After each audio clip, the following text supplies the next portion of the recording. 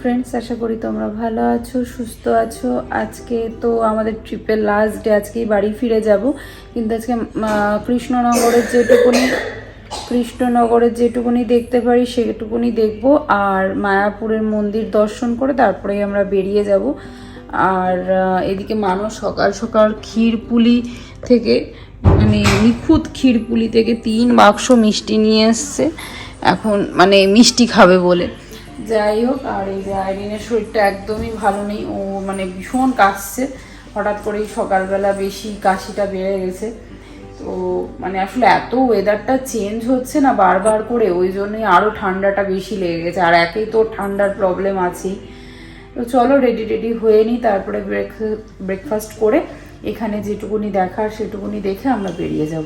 ওরা ব্রেকফাস্ট নিয়ে চলে এসেছে, এই যে এটা হলো ব্রেকফাস্ট। আইরিনা এখনো জল খাওয়াইনি, আইরিন ম্যাগি কিন্তু ঠান্ডা হয়ে যাবে, এই খেয়ে নে। এই যে আমরা সবাই মোটামুটি রেডি হয়ে গেছি। কালকে এই ড্রেসটা শান্তিনিকেতনের সোনাঝুরি হাট থেকে কিনেছিলাম, তো সেটাই পরে নিয়েছি। এখানে আইরিনও তাই, এই প্যান্ট সাথে এই জামা, এগুলো সুতোর কাজ করা এখানে ভেতরে, খাদি কটনের। আর প্যান্টটাও নতুন কিনেছে, ওর ভীষণ কাশি হচ্ছে। আর মানুষও তাই, মানুষ আর আমার জামা আজকে সেম টু সেম হয়েছে, এতেও অল্প অল্প সুতোর কাজ করা, এটাতেও তাই সেম, যে সুতোর হালকা হালকা কাজ করা রয়েছে। খুব সুন্দর জামাগুলো, এত কমফোর্টেবল জামাগুলো।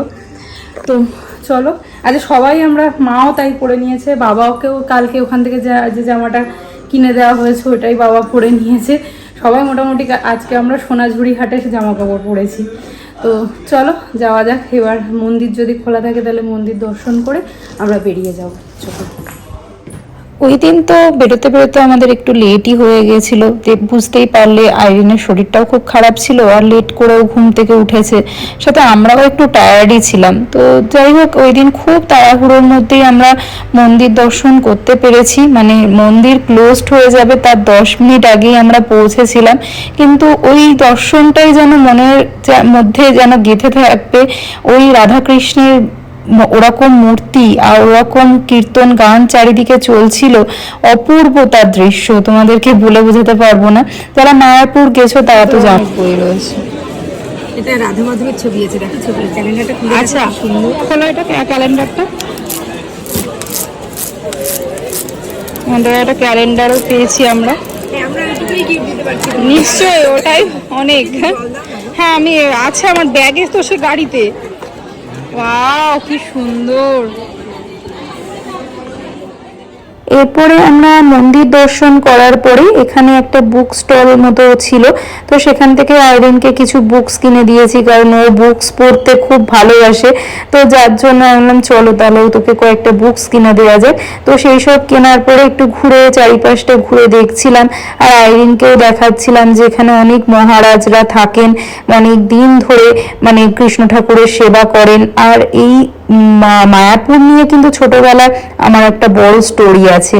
কি হয়েছিল, আমার মাসির বাড়ি মদনপুর, তো সেবার আমরা একবার ছুটিতে মদনপুর গিয়েছিলাম বসিরহাট থেকে। তো বসিরহাট থেকে যখন মানে মদনপুর গিয়েছি, আমার মাকে ট্রেনের মধ্যে ব্যাগ ছিনতাই করে নিয়েছিল, মানে ব্যাগের যত টাকা পয়সা আছে সব কিছু নিয়ে নিয়েছিল।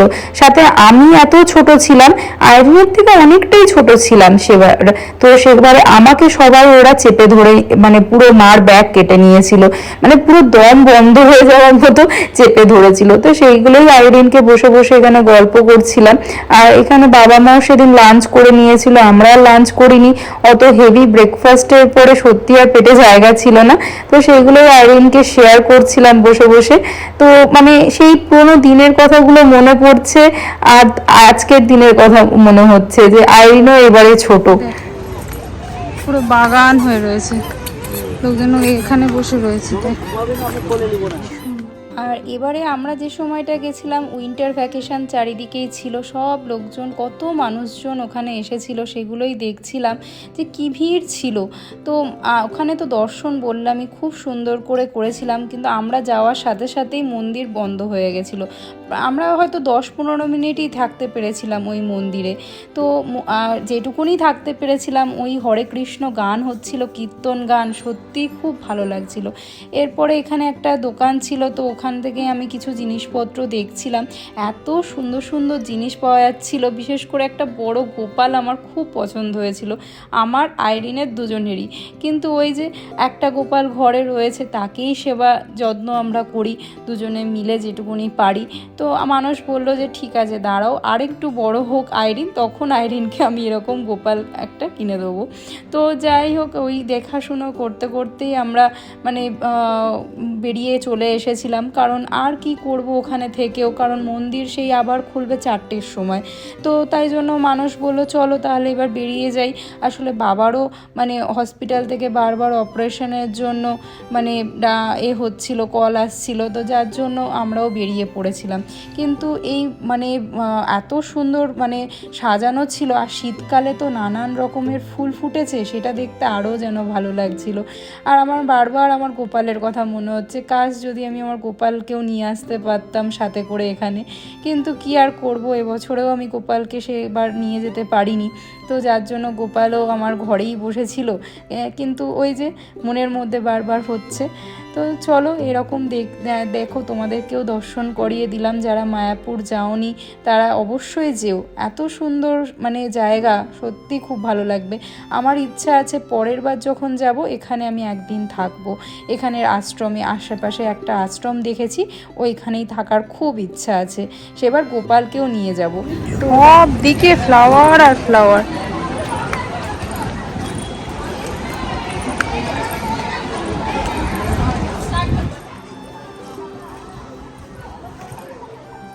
এইবারে কিন্তু মায়াপুর দর্শনটা আমাদের ঘোরার লিস্টের মধ্যে একদমই ছিল না, কিন্তু ওই মানুষের দেখা হয়নি। আমি ছোটবেলায় তাও দেখেছিলাম, কিন্তু মানুষের দেখা হয়নি বলে মানুষ বলল চলো যাই দেখেই আসি, যখন শান্তিনিকেতনে আর কিছু করারই নেই, কারণ ওই মিউজিয়াম শান্তিনিকেতনে সব কিছুই বন্ধ ছিল, যার জন্য আর আমরা কিছুই করার ছিল না বলে মানুষ বলে চলো তাহলে মায়াপুর দর্শন করে আসি।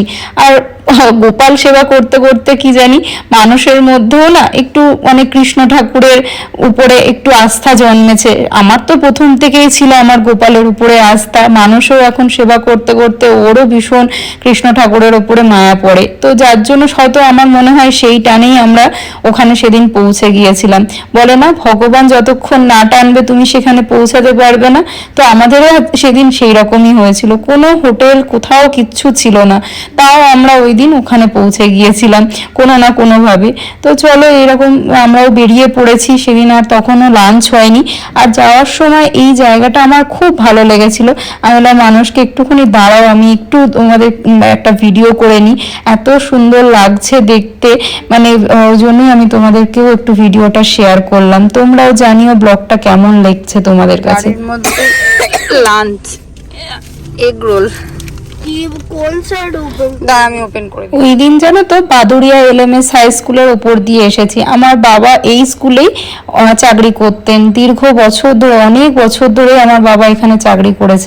আমরা এই আধা ঘন্টা 1 ঘন্টা মতো হয়েছে বসিরহাট ফিরে এসেছি।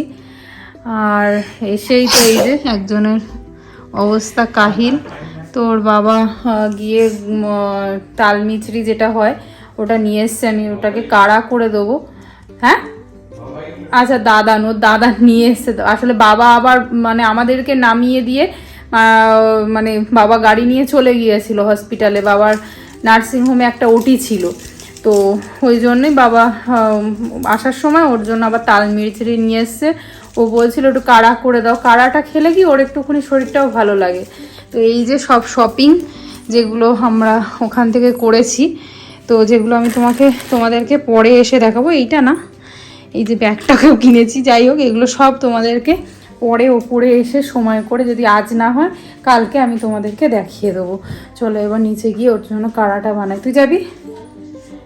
দেখো যাবি? হ্যাঁ চল নিচে চল, একা একা উপরে থাকতে হবে তো। ম্যাডাম খাচ্ছে। কি ম্যাডাম কেমন? রসমালাই ভাল লেগেছে বসিরহাটের? ওই সেই রঞ্জনের দোকানের না, একদম ফাইন টাটকা করেছে। দাঁড়ান, আসার সময় অপারেশনে আগে আগে যা খেয়ে নিয়েছি এখন আর কি তুমি তো এখন